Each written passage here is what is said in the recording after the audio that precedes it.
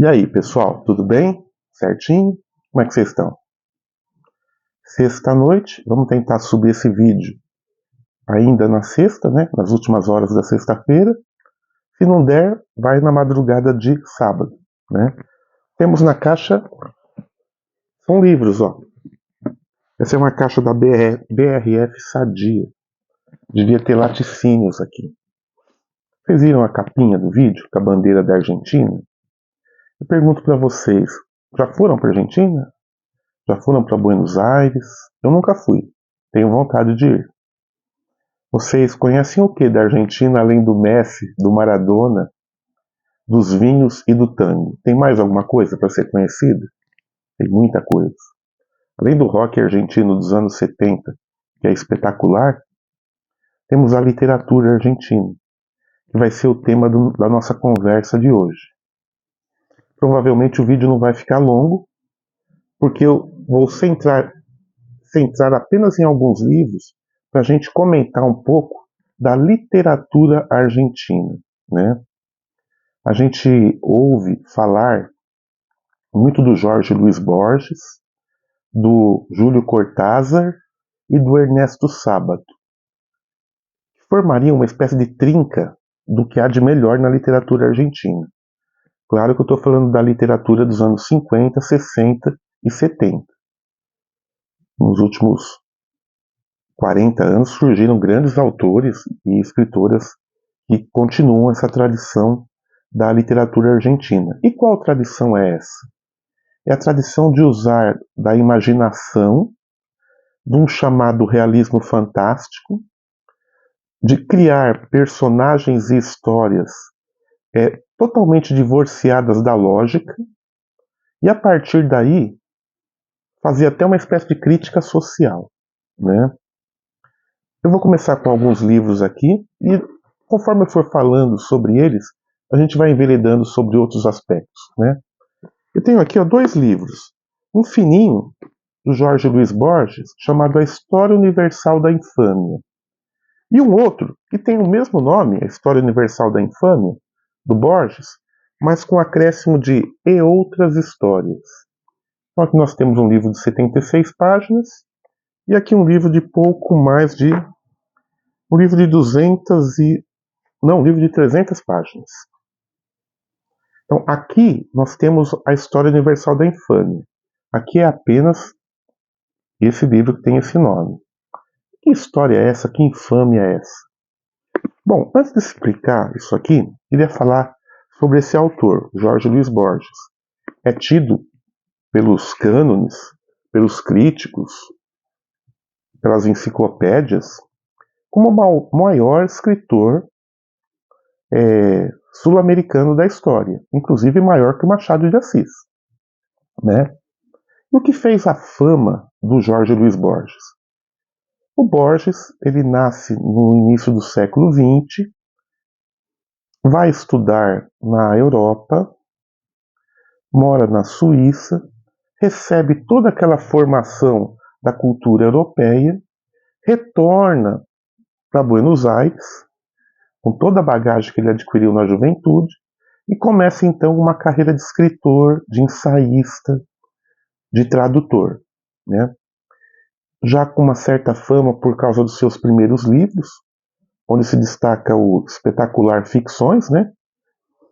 Ele recebe o convite e aceita administrar e gerir e ser o responsável pela Biblioteca Nacional de Buenos Aires. Claro que isso era uma paixão do Borges, porque como um amante de livros, ele queria ficar perto da maior quantidade de livros possíveis.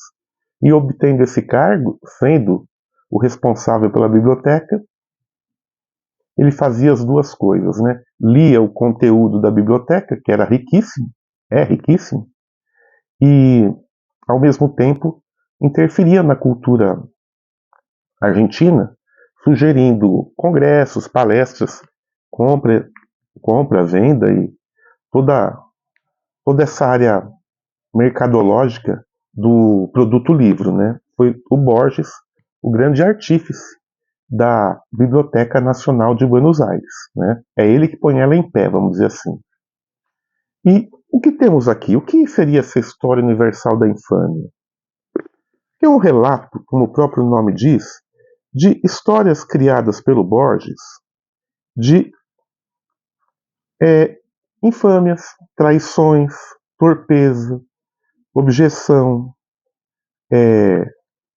mentiras. E nós temos aqui, entre as histórias desse livro, uma pérola chamada O Incrível Impostor Tom Castro. Sim, o Borges cria uma história onde mostra uma mulher, uma mulher da nobreza, vamos dizer assim, da classe alta, da classe alta do Brasil, do Rio de Janeiro, inconformada com a morte do filho num acidente marítimo, né? Acho que o navio bate e toda a tripulação acaba morrendo. Entre os mortos, o filho dessa mulher. Não tenho certeza se essa mulher morava no Brasil ou na Inglaterra. Agora fiquei meio em dúvida. Bom, o que acontece é o seguinte. O Tom Castro, que não chama Tom Castro, ele é um filho de um açougueiro muito, muito, muito pobre e que ele vira marinheiro. E ao virar marinheiro, ele começa a conhecer continentes e países, chega na Austrália, fica amigo de um aborígene, de um negro, alguma coisa assim, e traz ele para perto de si e esse negro vira uma espécie de ajudante desse pobre, porém aventureiro, Tom Castro, né, que não chama Tom Castro. Ok. Os dois estão caminhando lá pelas ruas de Sydney, coisa do tipo, quando leem um anúncio do acidente e começa a perceber a insistência da mãe de um dos mortos, a mãe perde o filho no acidente, e os dois começam a perceber que todo dia saía uma carta nova, a mulher não se dava como rogada, dizia que o filho não morreu. E aí o Tom Castro tem uma ideia. Assim, vamos fazer o seguinte, vamos tentar localizar essa mulher e eu vou me apresentar como filho dela. Vamos ver se cola, né? A mãe não via o filho há muito tempo, porque o filho virou marinheiro também. E o Tom Castro falou assim, vou pegar o endereço dessa mulher, vou preparar uma roupa, um estilo, vou tentar estudar quem foi o filho dela. Na verdade, o filho dela era um marinheiro, não era difícil para ele emular a personalidade ou o jeito do filho, né? Mas como convencer a mãe? A mãe estava decidida que o filho não tinha morrido. Tinha escrito diversas cartas, jornais afora. O que deu a ideia do Tom Castro tentar a sorte, vamos dizer assim. Ele localiza a mulher, responde a ela e marca um encontro. O ajudante, no caso, o australiano lá, o serviçal, engendra um local, assim, tem que ser num quarto bem iluminado, de manhã, onde eu vou abrir todas as janelas ao mesmo tempo, o reflexo bater no rosto dela e ela não conseguir te identificar muito bem, vamos dizer assim. Acontece que a mulher tinha uma fissura psicológica ou alguma culpa, algo do tipo, e precisava se reconciliar com o filho. Por isso que ela não admitia que o filho tinha morrido. Ao encontrar mãe e impostor, os dois se abraçam. Ela não tinha muita certeza, dado o jeito do filho, mas acredita na história. É uma coisa muito louca, né? A mãe não reconheceu o filho, mas tudo bem. Estamos falando de literatura. Acontece que essa mulher era rica, tinha muito dinheiro, e ela morre. Ela morre pouco tempo depois do reencontro com o seu filho, né? O que acontece quando uma pessoa rica morre? Responde para mim. Aparecem os herdeiros. Os irmãos, os primos, falam assim, não, você tá louco, esse cara é um impostor. Esse cara aí, ele não é o Tom Castro, né? No caso, o cara que morreu era o Tom Castro, né? Então, assim, o impostor adota esse nome para ser o Tom Castro. Não, esse cara não é o Tom Castro, não, de jeito nenhum. Não, não, não é, não é. Só que é o seguinte, qual era o trunfo dele? Imagina, se a própria mãe reconheceu, como é que vocês estão falando que não? E aí, os herdeiros falam assim, não, pô, a gente está sendo enganado por um impostor, tal. Vamos chamar os outros marinheiros, colegas dele. Os marinheiros, como havia passado um bom tempo, os marinheiros acabam confirmando, não, ele era assim, foi nosso amigo de marinha, tal, não sei o quê. Os herdeiros ficam decepcionados, até que o Tom Castro está quase colocando a mão na fortuna, quando um parente fala assim, vamos achar uma namorada dele. Eu reconheço uma namorada, parece que ele namorou com a fulana, ela vai falar se esse cara é ou não o Tom Castro. E aí, o Tom Castro assim, ferrou, hein? Agora complicou. A mulher consegue reconhecer se o cara é ou não, né? Foi ou não o namorado dela no passado. E ele fala pro cara, pro serviçal, vai dar umas voltas lá, pela cidade, porque a gente só vai retornar daqui 3 horas na audiência, o juiz vai continuar a história toda. Bola alguma saída para mim aí. E aí, quando o empregado sai para caminhar nas ruas de Londres, ele é atropelado e morto por um carro em alta velocidade. Lembrando, toda essa história se passa no final do século XIX, nas 2 últimas décadas do final do século XIX, na Europa. Né? Quando vem a notícia da morte do empregado, que era uma espécie de bengala, vamos dizer assim, era um faz-tudo da vida do impostor, ele se desestabiliza emocionalmente e, diante ao depoimento da namorada, da antiga namorada, não, esse cara não é, esse cara é um impostor, não, não, de jeito nenhum. O Tom Castro é condenado a 14 anos de prisão, né? Cumpre 10, porque ele era um cara que tinha bom comportamento, e quando ele sai da cadeia, ele termina seus dias indo de taberna em taberna, de pub em pub, contando a sua história e reafirmando: não, não, eu sou o Tom Castro, eu sou o Tom Castro e tal. Por quê? Ele era um pobre coitado, filho de um açougueiro, era uma escória da sociedade, né? Uma pessoa muito pobre, né? E a da Argentina, eu acho, se não me engano. Não, de Valparaíso, ele era chileno, né? E engendrou todo esse plano para tentar ganhar fama e fortuna. Fama talvez ele tenha ganhado nos pubs e bares londrinos, mas fortuna ele não conseguiu. Toda essa história inventada é uma das maravilhas desse livro chamado A História Universal da Infâmia, que aqui aparece acrescido de outros contos. A gente lembra que o Borges, que morreu aos 86 anos, ele teve, né, nos últimos anos de vida, um acentuado processo de cegueira, né? Ele foi perdendo a visão. E o Borges sempre foi um adepto do chamado esoterismo.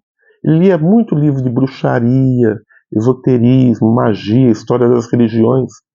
E quando ele povoava a cabeça dele desse universo mágico, fantástico, ele construía então os seus personagens, as suas histórias, né? Como a de um manequim que acorda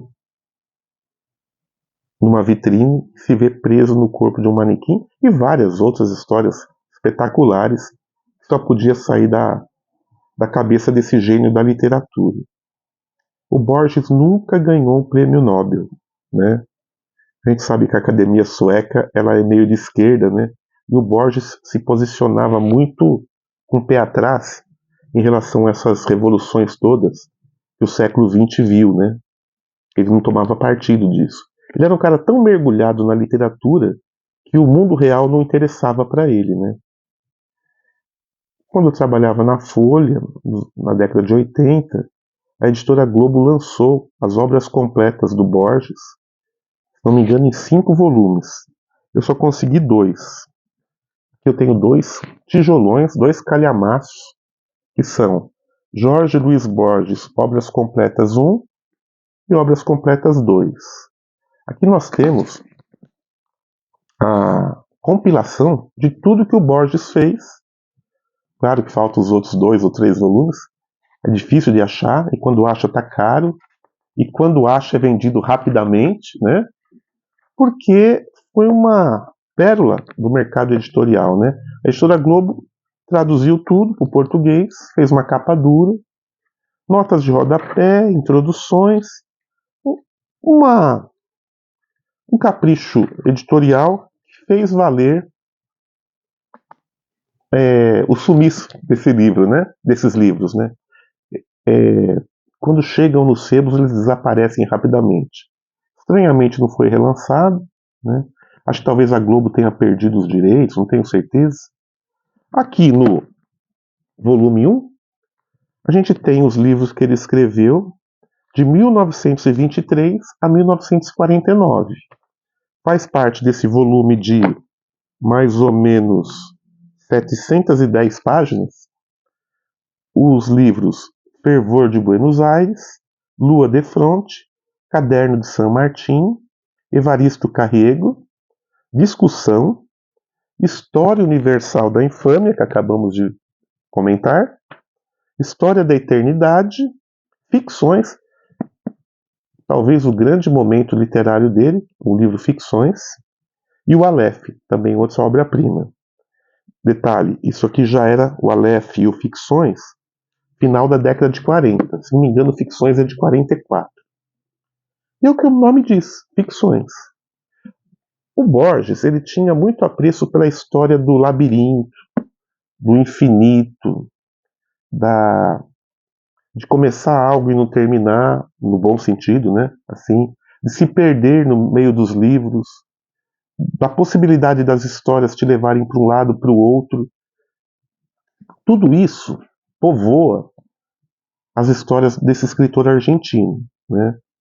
E que, com o passar dos anos e das décadas, mostrou ser altíssima cultura, né? Não é apenas um grande momento da literatura latino-americana, mas sim um grande momento da literatura mundial.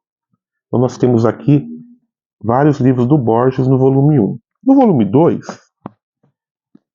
a gente tem contemplado aqui em pouco mais de 570 páginas os livros que compõem o período de 1952 a 1972. Ou seja, o Borges já era famoso quando escreveu esses livros. Nesse primeiro, ele ficou famoso por causa desses livros. Aqui ele já era famoso. E quais são os livros? Outras Inquisições, O Fazedor, O Outro, o Mesmo, Para 6 Cordas, Elogio da Sombra, O Informe de Brode e O Ouro dos Tigres. Esse escrito já na década de 70. Temos aqui um pouco de poesia, crônica, contos, muito contos, o que mostra o interesse do Borges de passear pelos estilos literários, né? O Borges morre com um pouco mais de 80 anos, ele fica cego, se não me engano, nos últimos 15 anos da vida dele, algo assim. Ele tinha uma bibliotecária a tiracolo, que depois virou uma espécie de amante dele, né? A Maria Kodama. Maria Kodama era a bibliotecária, faz tudo para o Borges, né? Ela lia para o Borges. Quando o Borges perdeu a visão, o Borges falava assim: eu queria ouvir poesia sueca. Você pode achar um livro de poesia sueca? Ela ia lá, achava o livro, lia para ele, né? Viveu com o Borges até os últimos anos. Eu recordo, mas não vi, né? Recordo de ler, né? Na minha juventude, de uma vinda do Borges já doente, vamos dizer assim, doente entre aspas, né? Sem a visão, aqui para o Brasil, né? Foi um grande momento, um grande frisson, né? Ele faz parte do que a gente chama de realismo fantástico ou literatura fantástica. Foi uma corrente literária que floresceu na década de 60 e 70. Outro escritor tão bom quanto foi o grande contemporâneo dele, porém um pouco mais novo, Júlio Cortázar. Olha só, eu consegui essa belezura aqui, esse box, com esses 2 livros do Júlio Cortázar, que reúne e resume toda a obra. Júlio Cortázar Todos os Contos numa ida, há cerca de uns 6 meses, no Exército da Salvação da Vila Mascote, lá na Avenida Santa Catarina, né?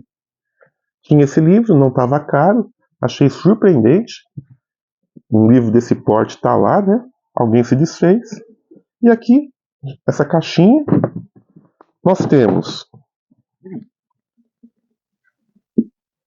a obra dele de 1945 a 1966, essa lombadinha laranja aqui, ó. E os livros de 69 a 83. Quem foi o Júlio Cortázar? Também argentino, se decepciona com a política argentina da década de 50, 60. Ele vê crescer o autoritarismo e sabe onde ia desembocar tudo aquilo. Observa que no Brasil, no Chile, em outros países, a ditadura estava graçando na América Latina. Ele pega e vai para a França. Vai para a França, fica radicado lá, se não me engano, não volta mais, mas continua escrevendo e colaborando com revistas argentinas, com editoras argentinas, e compõe e escreve uma obra também de altíssimo nível. É dele o famoso livro O Jogo da Amarelinha, o Rayuela. Rayuela é o título em espanhol, o original, no Brasil conhecido como O Jogo da Amarelinha. E que livro é esse? O que é O Jogo da Amarelinha? É um livro que você pode abrir em qualquer página, em qualquer capítulo, e começar a leitura a partir dali. Você pode ler os capítulos de ordem aleatória, que vai fazendo sucesso. Sucesso não, vai fazendo lógica, né? Tem uma sequência lógica, independente da forma que você lê os capítulos. Como num cubo mágico, talvez que se encaixe as posições. E aí, essa inovação estilística causa muito assunto. As pessoas falam, nossa, olha o que um escritor fez, olha que interessante tal. É claro que não foi só um efeito sem causa. As histórias eram muito boas. O livro fala sobre uma espécie de desilusão do amor, não do amor de uma pessoa, mas do amor em geral, e a importância das coisas materiais. Nossa, mas que termo estranho. Sim, ele explica o porquê. Ele faz um retrato do fim de uma época. Era uma espécie de desinteresse e até de medo do futuro, né? Como vai ser o futuro? E aí o Cortázar já meio que enxerga para frente e fala assim, olha, o futuro vai ser negro, o futuro vai ser de fim de solidariedade, de cada um se fechando em si mesmo.